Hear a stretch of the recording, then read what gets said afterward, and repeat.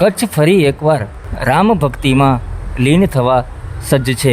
આગામી તારીખ 16મીથી 23 સુધી કચ્છના તીર્થક્ષેત્ર નારાયણ સરોવર કોટેશ્વર ખાતે મોરારી બાપુના કંઠે રામકથાનું આયોજન કરવામાં આવ્યું છે, જેની તૈયારીઓને હાલ આખરી ઓપ આપવામાં આવી રહ્યો છે। ખાસ કરીને કચ્છ ઉપરાંત ગુજરાતભરમાંથી જ્યારે કથા શ્રવણ માટે હજારોની સંખ્યામાં લોકો કચ્છ આવવાના છે, ત્યારે તેની તૈયારીના ભાગરૂપે એક બેઠકનું આયોજન કરવામાં આવ્યું હતું, જેમાં ખાસ કરીને લોકોના આવવા જવાની વ્યવસ્થા, કથા મંડપ તથા કથા દરમિયાન જરૂરી વ્યવસ્થા માટે તમામ આગેવાનોની હાજરીમાં મહત્ત્વની ચર્ચા સાથે તૈયારીઓની સમીક્ષા કરવામાં આવી હતી। આમ તો સમગ્ર કચ્છની અંદર હર્ષોલ્લાસની લાગણી પ્રસરેલી છે। સનાતન ધર્મનું ઊંચેરું સ્થાન જેને આપણે કહી શકાય, નારાયણ સરોવર તીર્થધામ કોટેશ્વર તીર્થધામના મધ્યમાં જ્યારે પૂજ્યપાદ શ્રી મોરારી બાપુની કથા થવા જઈ રહી છે, જેના મુખ્ય મનોરથી એવા પ્રવીણભાઈ તન્ના, એમનો જે ભાવ છે કે હું કાંઈ નથી કરાવતો, પરમાત્મા પરમ શક્તિ કરાવે છે, તો એ ભાવને અમે સૌ કોઈ આવકારીએ છીએ। સમગ્ર તાલુકા નહીં પણ જિલ્લાભરમાંથી બહોળી સંખ્યામાં મહાનુભાવો આજે ઉપસ્થિત રહ્યા હતા અને સ્વયં પોતાની રીતે પોતે જવાબદારીઓ જેને કહેવાય કે પ્રેમથી આદરથી એમણે સ્વીકારી છે અને ભવ્યાતિ ભવ્ય સનાતન ધર્મનો એક બીજો કુંભ અહીં થવા જઈ રહ્યો છે, હું એવું માનું છું। બહોળી સંખ્યામાં અત્રે શ્રોતાગણો પધારશે એવો દૃઢ વિશ્વાસ છે।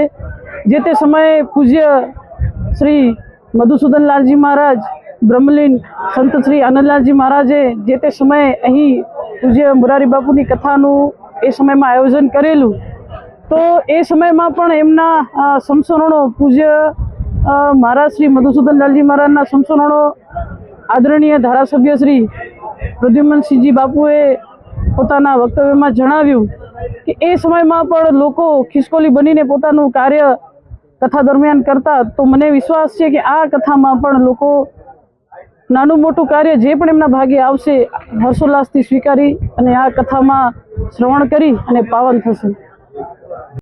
કચ્છમાં આયોજિત મોરારી બાપુની આ કથા 952મી રામકથા છે। આમ તો અત્યાર સુધી કચ્છમાં મોરારી બાપુની અનેક કથાઓ યોજાઈ ચૂકી છે, પરંતુ જ્યારે તીર્થક્ષેત્રમાં આ કથાનું આયોજન થઈ રહ્યું છે, ત્યારે સંતો, ભક્તો તથા કથા શ્રવણ માટે આવનારા લોકોમાં અત્યારથી જ થનગનાટ છે। કથાના આયોજક એવા પ્રવીણ તન્ના દ્વારા મોરારી બાપુના હસ્તે 17મી કથાનું યજમાન પદ લેવામાં આવ્યું છે, તો કચ્છમાં આયોજિત યજમાન દ્વારા આ ચોથી કથા છે કે જેનું બીડું ઝડપવામાં આવ્યું છે। કથાના આયોજન અંગે પ્રવીણભાઈ તથા તેમના પરિવારે પોતાનો ભાવ પ્રગટ કરી તેમનો પરિવાર માત્ર નિમિત્ત હોવાનું કહી મોરારી બાપુની કથામાં તમામ લોકોને પૂરતી સગવડ મળે તેવી વ્યવસ્થા માટેની વાત કરી હતી। અતિ હરિ કૃપા જાય પર હોય, પાવ દઈએ અહીં માર્ગ સોહી। આ બાપુની અને અસ્તિત્વની જ્યારે કૃપા થાય છે ત્યારે આવા આયોજનો થતા હોય છે। અમારી જાતને અમે ક્યારેય ગણતા નથી કે અમે કથા કરાવી રહ્યા છીએ। અમારો અત્યારે એક જ ગોલ છે કે વધુને વધુ લોકો કથાનું શ્રવણ કરે, પ્રભુ પ્રસાદ લે અને ખૂબ જ આપણે સાથે મળીને આનંદ કરીએ। આ એક વિરલ ઘટના છે। ગઈકાલની ક્લિપમાં મેં કીધું હતું કે આ એક લખપત તાલુકામાં આ ઝૂલેલાલ મંદિર તીર્થધામ અને નારાયણ સરોવર કોટેશ્વર, જેનું ભાગવતજીમાં અને વિષ્ણુ પુરાણમાં જેનો ઉલ્લેખ કરવામાં આવ્યો છે, એવી આ પવિત્ર ભૂમિ ઉપર આ કથા જ્યારે થઈ રહી છે, ત્યારે આપ સૌ આવો અને ખૂબ આપણે આનંદ કરીએ એવી મારી પ્રાર્થના છે। જય સિયારામ। તો લખપત તાલુકાના 25 ગામો અને ગામના લોકોને પોતાની ફરજ સમજી યોજાનાર ભવ્ય કથાના આયોજનને સફળ બનાવવા માટે ફૂલ નહીં તો ફૂલની પાખડી સ્વરૂપે યથાયોગ્ય યોગદાન અને સેવા આપી ધન્ય બન્યા છે। કથા દરમિયાન સ્થાનિક આગેવાનો દ્વારા વિવિધ સુવિધાઓ માટે માંગણી પણ કરવામાં આવી છે। બેઠક દરમિયાન ઉપસ્થિત ધારાસભ્ય સહિતના આગેવાનો, સંતો તથા દાતા પરિવારોએ પોતાનો ભાવ રજૂ કરી કથાના આયોજન અંગે વિગતો આપી હતી। અત્યારે મોરારી બાપુની કથા જે કચ્છમાં આપી છે તેમાં પણ નાણસર કોટેશ્વર એટલે આપણા સોમનાથ મહાદેવનું મંદિર ગણો. અહીંયા કચ્છમાં અમારે કોટેશ્વર ભગવાન, એવી રીતે ત્રિકમરાય ભગવાન, માતાજી આશાપુરાનું મંદિર લખપત તાલુકામાં. એટલે ખૂબ જ હિન્દુ સમાજ તમામ લોકોને ખૂબ ઉમંગમાં છે. અને આજે જે મિટિંગ બોલાવી હતી આયોજન માટે, એમાં અમારા મંત્રી નાણસર કોટેશ્વર ગાદીપતિ શ્રી સોમનાથ મહારાજ, તેમજ કોટેશ્વરના ગાદીપતિ શ્રી દિનેશગીરી બાપુ અને તેમજ અહીંયાના મહાનુભાવો બધા વડીલ અને ખાસ જે દાતા છે પ્રવીણભાઈ તના, એમના દ્વારા જે કથાનું આયોજન છે માણસોમાં ખૂબ જ ખુશી છે. અને આજ ગામોગામના જે આપણા 100 જણા 200 જણા જેવા જોઈએ આપણે સ્વયંસેવક, એનું બધાના નામ લખાયા અને ખૂબ જ બધાને લાગણી છે. સારામાં સારું આયોજન થશે.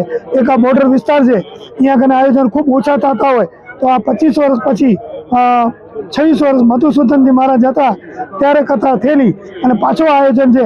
એટલે ખૂબ જ લોકોમાં આયોજન છે. તમામ સમાજ, હિન્દુ સમાજ બધી ભેગા મળી અને કેમ સારી રીતે આયોજન થાય એના માટે આજે આ મિટિંગ લેવામાં આવી છે.